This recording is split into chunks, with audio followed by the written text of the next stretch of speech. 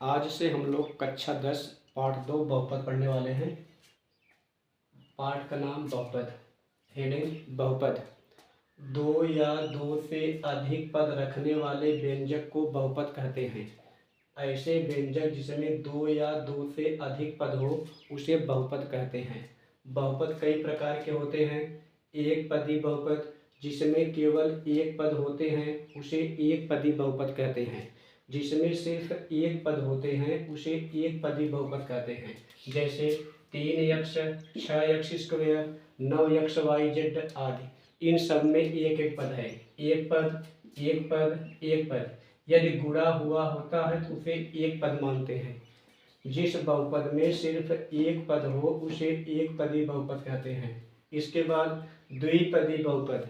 जिस बहुपद में दो पद होते हैं उसे द्विपदी बहुपद कहते हैं। एक पद कुल मिलाकर दो पद। एक पद कुल मिलाकर दो पद। एक पद कुल मिलाकर दो पद। बीच में प्लस हो या माइनस उससे कोई समस्या नहीं।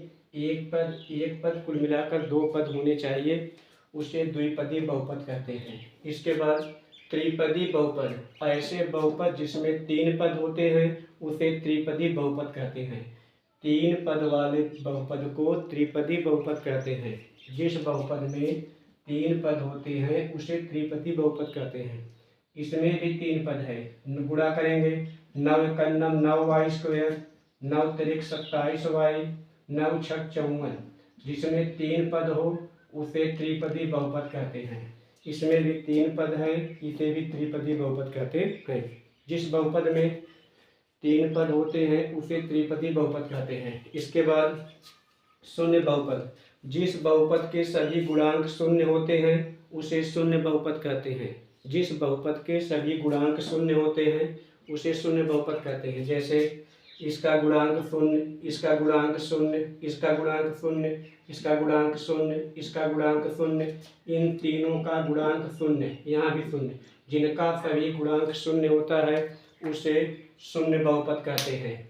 एक पदी बहुपद में जिसमें एक पद हो, द्विपदी बहुपद में जिसमें दो पद हो, त्रिपदी बहुपद में जिसमें तीन पद हो, शून्य बहुपद में जिसके सभी गुणांक शून्य होते हैं उसे शून्य बहुपद कहते हैं। इसके बाद बहुपद की घात। इसके बाद हम लोग पढ़ने वाले हैं बहुपद की घात। इसके बाद हम लोग पढ़ने वाले हैं बहुपद की घात। यदि बहुपद में घात हो उसे बहुपद की घात कहते हैं। अब हम लोग पढ़ने वाले हैं बहुपद की घात।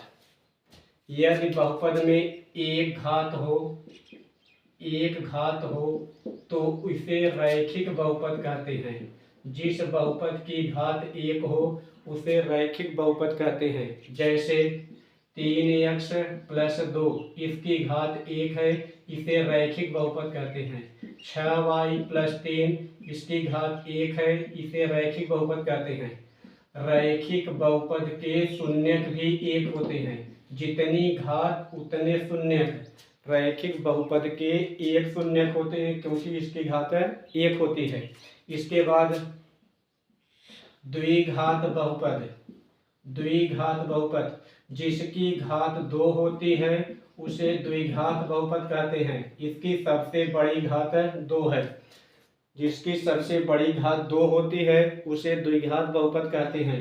रैखिक बहुपद की घात एक होती है, इसे रैखिक बहुपद कहते हैं। द्विघात बहुपद की घात दो होती है, इसे द्विघात बहुपद कहते हैं। इसके बाद त्रिघात बहुपद।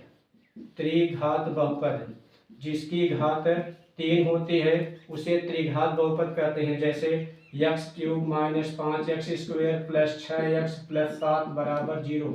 जिस बहुपद की घात तीन होती है उसे त्रिघात बहुपद कहते हैं। और जितना घात उसके उतने शून्यक होते हैं। रैखिक बहुपद के एक शून्यक, द्विघात बहुपद के दो शून्यक, त्रिघात बहुपद के तीन शून्यक, चतुर्थ घात बहुपद के चार शून्यक। इसी प्रकार शून्यकों की संख्या बढ़ जाती है। शून्यक मतलब है उसके उत्तर या मूल या हल या उसके मान। जितने घात के बहुपद होते हैं उतने उसके शून्यक होते हैं। रैखिक घात के एक शून्यक, द्विघात के दो शून्यक, त्रिघात के तीन शून्यक। इसी प्रकार द्विघात का यह बहुपद होता है। द्विघात में अक्सर पूछा जाता है द्विघात में कितने बहुपद, द्विघात में 2 बहुपद, त्रिघात में 3 बहुपद, त्रिघात बहुपद में 3 शून्यक, चतुर्घात बहुपद में 4 शून्यक। इसी प्रकार जितना घात होता है उतने शून्यक बढ़ते चले जाते हैं।